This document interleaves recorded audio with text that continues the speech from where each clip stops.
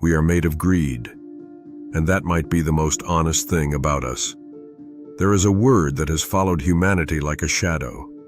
It has been condemned from pulpits, warned against in Scripture, labeled one of the 7 deadly sins. Politicians use it to attack their opponents. Teachers use it to correct children. Therapists use it to describe the wounds left by certain kinds of parents. The word is greed, and we have spent thousands of years being told it is bad. But here is what nobody tells you. Here is what gets quietly left out of every sermon, every lesson, every well-meaning warning. Greed built the world you live in, the city you wake up in, the phone in your hand, the food on your table, the medicine that saved someone you love, the art that cracked your heart open, the science that gave us flight, electricity, surgery, and satellites. None of it emerged from contentment. None of it was born from people who had enough and stopped. All of it came from wanting more. And that is not a problem to be solved.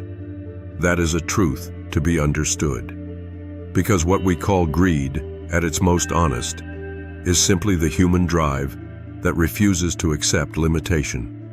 It is the voice inside that says not yet, not enough. There is more. And in the right hands, pointed in the right direction, that voice has been the single most powerful engine of human progress that has ever existed. So today, we are not going to spend this video condemning greed. We are going to examine it, honestly, philosophically. Without the morality performance we have been conditioned to perform whenever this word comes up. Because I think the people who have made the biggest difference in the world were not the people who killed their greed. They were the people who understood it well enough to use it. And I think that difference matters more than we have ever been willing to admit. Let us start at the beginning, not with philosophy, with biology. Because greed did not begin as a human invention. Greed is far, far older than that. Every living organism that has ever existed on this planet operates on the same fundamental principle. Acquire more than you consume. Gather resources beyond what you immediately need. Build surplus. Prepare for scarcity. Resist depletion. This is not a flaw in the design. This is the design. The tree does not stop growing because it already has enough leaves. The river does not stop carving because the canyon is already deep enough. The cell does not stop dividing because the body is already functional. Growth is not optional in nature. Growth is survival. And the human being, this strange animal that can look at itself and ask why, inherited this same drive, magnified it through consciousness, and then, in a very human move, turned around and called it a sin. There is something almost comedic about that. The evolutionary psychologist Geoffrey Miller has written extensively about how desire, ambition, and the relentless pursuit of status and resources are not corruptions of human nature. They are expressions of it. The drive to want more is the same drive that got us out of the cave. The same drive that made one group of early humans look at a river and decide to build a boat instead of swimming. The same drive that made another group look at a field and decide to plant instead of just hunt. We did not survive because we were satisfied. We survived because we were not. And that matters. Because when we teach ourselves, or our children, or our culture, to see wanting more as something shameful, we are not teaching virtue. We are teaching a kind of learned helplessness dressed up in moral language. We are saying, the deepest driver of your nature is wrong. And that is a very dangerous thing to say to a person. Now, here is where it gets more complicated and more interesting. Because greed, in its raw, unreflective form, is genuinely dangerous. We do not need philosophy to tell us that. History tells us that in capital letters, in blood. The corporate executive who cuts safety corners to protect quarterly earnings. The politician who cannibalizes public trust for personal gain. The person who sacrifices every relationship in their life chasing a number that keeps moving. The society that consumes its own future in exchange for comfort in the present. These are real things, real disasters, real human wreckage, and they all share a common root. Not greed itself, but unexamined greed. Greed that has never been asked a simple question. What are you actually hungry for? This is the distinction that I think changes everything. When Gordon Gekko stood on that stage in the 1987 film Wall Street and said greed, for lack of a better word, is good, he was half right. He was right about the power of the drive. He was catastrophically wrong about its direction. Because Gekko's greed was pointed outward, at accumulation, at power, at the zero-sum game of having more by ensuring others have less. And that kind of greed does not just destroy others. It eventually destroys the person holding it. The film itself showed us that. His mentee, Bud Fox, who started the same journey, found emptiness at the end of it. The hunger was real. The direction was the problem. Adam Smith, who is ironically credited as the philosopher of capitalism, understood something that the Gordon Gekkos of the world never did. In The Wealth of Nations, Smith described how individual self-interest, properly channeled through the structures of a market, produces collective benefit. The baker does not bake your bread out of generosity. He bakes it because he wants your money. And the result is that you are fed. This is not a cynical observation. It is a profound one. It says that the drive to want more, when it operates inside the right structures, with the right incentives, facing the right constraints, does not just serve the individual. It serves everyone. The problem is not the drive. The problem is the absence of structure, the absence of constraint, the absence of reflection on what the drive is actually for. Let us go deeper, because I want to take this somewhere that most conversations about greed never go. Aristotle, more than 2,000 years ago, made a distinction that I think is one of the most important ideas in the history of human thought. He distinguished between what he called pleonexia and epithumia. Pleonexia is the kind of wanting that is insatiable by definition. It is wanting more for the sake of more. It is the desire that has no destination, no arrival point, no satisfaction built into it. You reach the goal and the goal has already moved. You make the million and the million becomes 10. You build the company and the company needs to be an empire. Pleonexia is not desire. It is a treadmill. Epithumia, on the other hand, is desire that is connected to something real. Desire that is rooted in a genuine need. The hunger for food when you are starving. The desire for love when you are lonely. The longing for meaning when your life feels hollow. These are desires that can be satisfied, that have an object that, when reached, actually resolves the feeling. And here is what Aristotle was really saying. The tragedy of pleonexia is not that the person wants too much. The tragedy is that they have substituted an abstraction for a real desire. They are hungry for something real. Connection, recognition, safety, significance, belonging. And they are trying to fill that real hunger with an abstract one.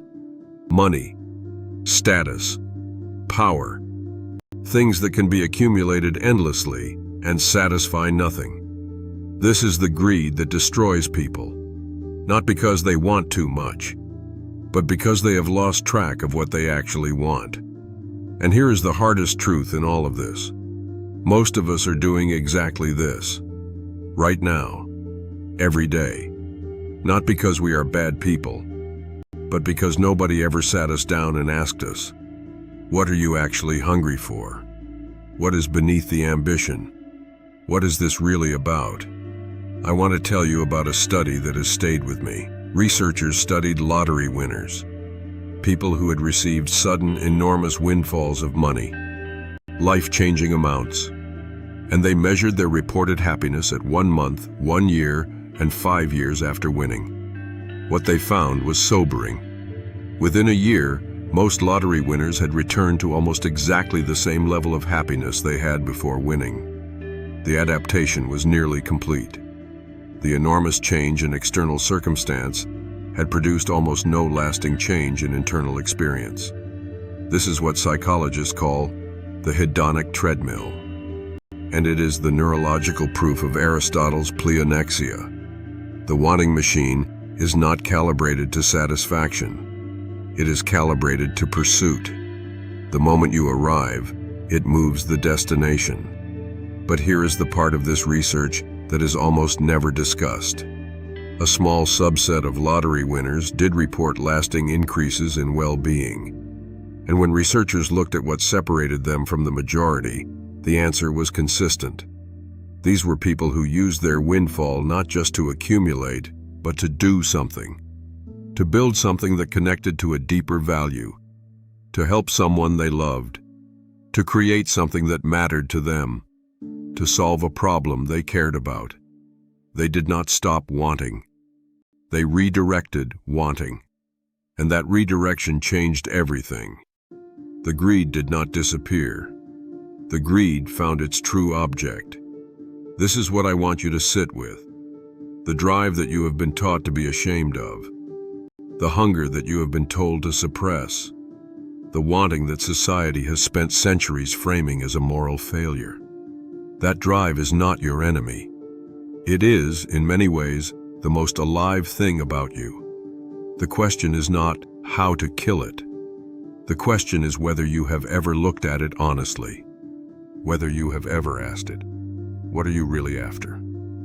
Because underneath the surface desire, underneath the number on the bank account, the title on the door, the metric that you keep checking, there is usually something much more human, much more honest, and much more satisfying once you finally name it.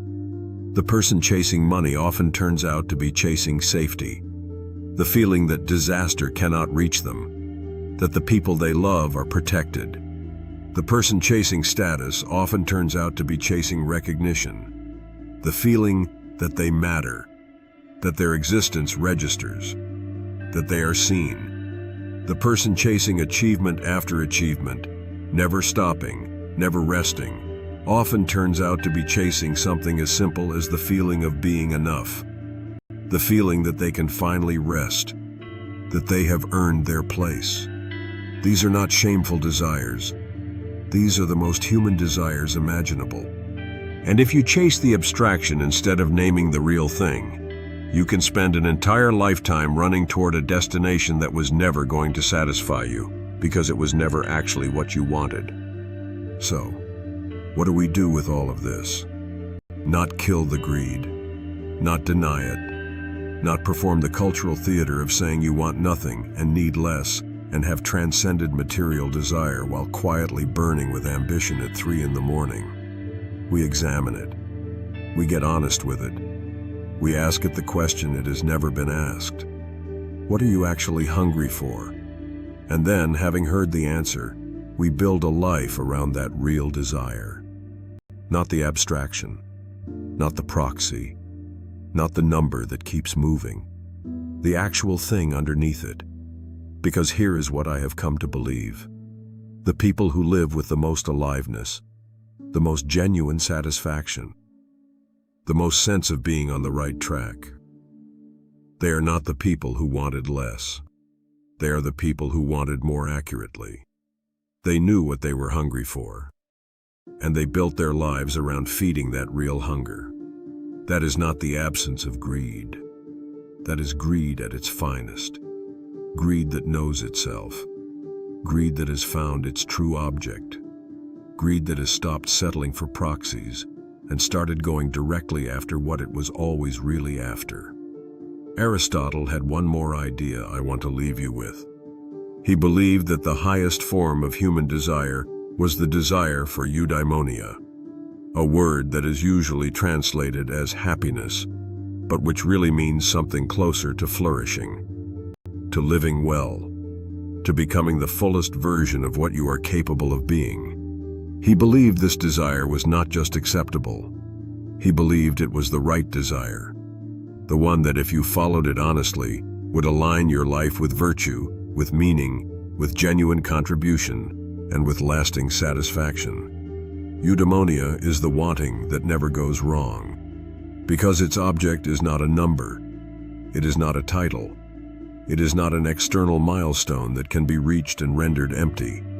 Its object is the ongoing project of becoming more fully yourself, of living with more honesty, more depth, more care, more skill, more presence. That desire can never be fully satisfied, because there is always more flourishing possible, always more depth to reach, always more aliveness available.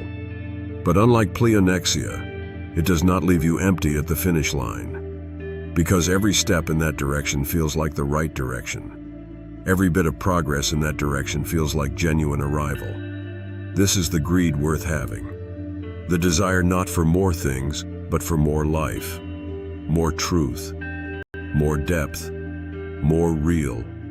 We are made of greed. That is true. We always will be. The question is just, what are we hungry for? And whether we have ever been honest enough with ourselves to find out. Think about that.